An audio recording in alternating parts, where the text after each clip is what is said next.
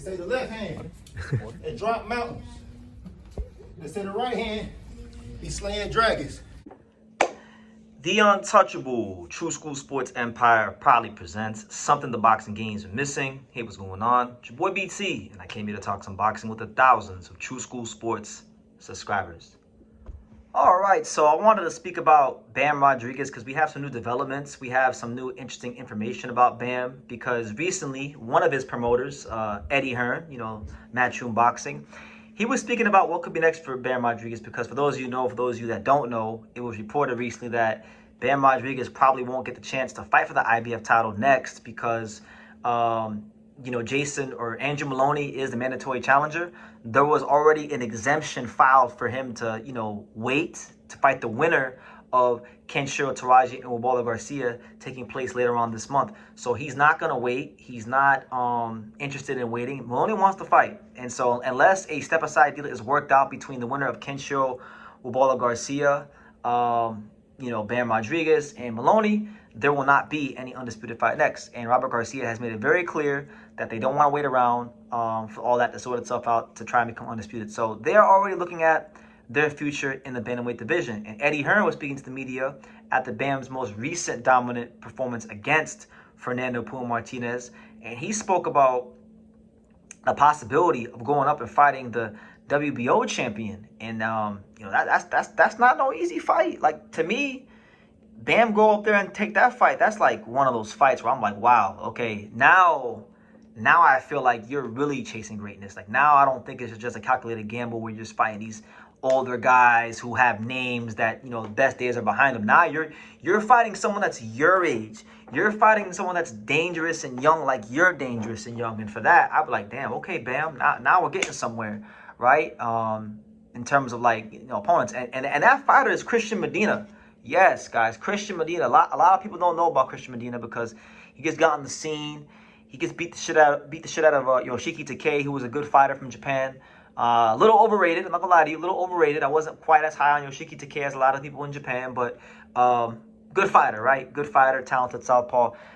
Christian Medina took him to pieces. Dangerous, just dangerous, heavy-handed Mexican volume puncher, right?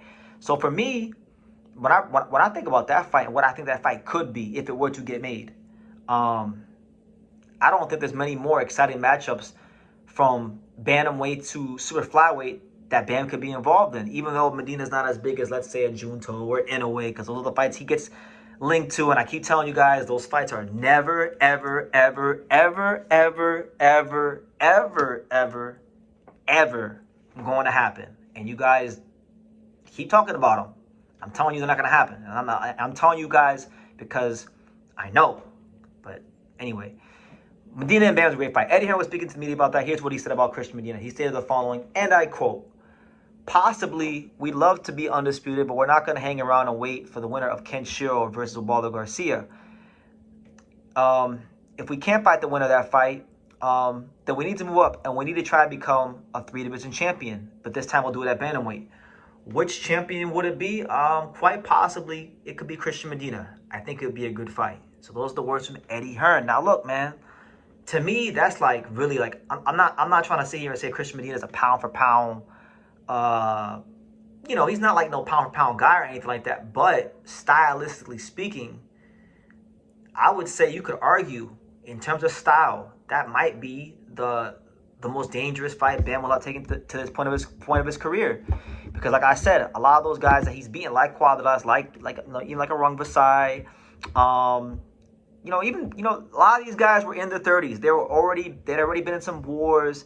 They're a bit shop worn, long in the tooth. This guy is in the middle of his prime, at the peak of his powers, coming, very confident, coming off of a very, very, big win in his career against Yoshiki Takei, where he knocked him out on 4 rounds. He's a guy that, is a pretty hard puncher, is a volume puncher. So while Bam, you would say, is the more skilled guy, and while Bam would probably have to flash his boxing skills a bit more in that fight, it's not going to be, I'm telling y'all, that's going to be one of them fights. So my thing is this, do I think Bam Rodriguez fights Medina next? No, I don't. I don't. I think there's other avenues they might explore. maybe Takuma Inoue. I don't know. I don't know exactly who would be the front runner, but I'm just saying, if he goes and they sign that contract to fight a guy like Christian Medina, then all I can do is just say, you know what? You're chasing greatness, young man, because that's a young fighter in his prime. The only guy that you could really say, okay, was in his prime when Bam fought him, I'll say Sonny Edwards and I'll say Kofu, right? Sonny Edwards doesn't have punching power like that, even though I think he's a very good fighter and it is a very good win, and Bam did what he was supposed to do, right? And then whatchamacallit, you have Kofu, right? Kofu fought a weird game plan and pretty much conceded the fight the minute he got in the ring. So, but he's not as talented as Bam. Even if he would have fought his best, he's not as talented as Bam. So to me, this is a guy, Medina, yes, he's 26-4 with 19 knockouts.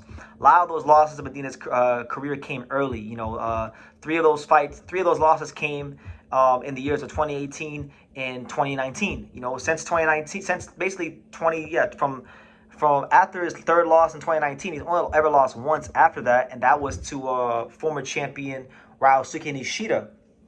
But he used the experience from that fight.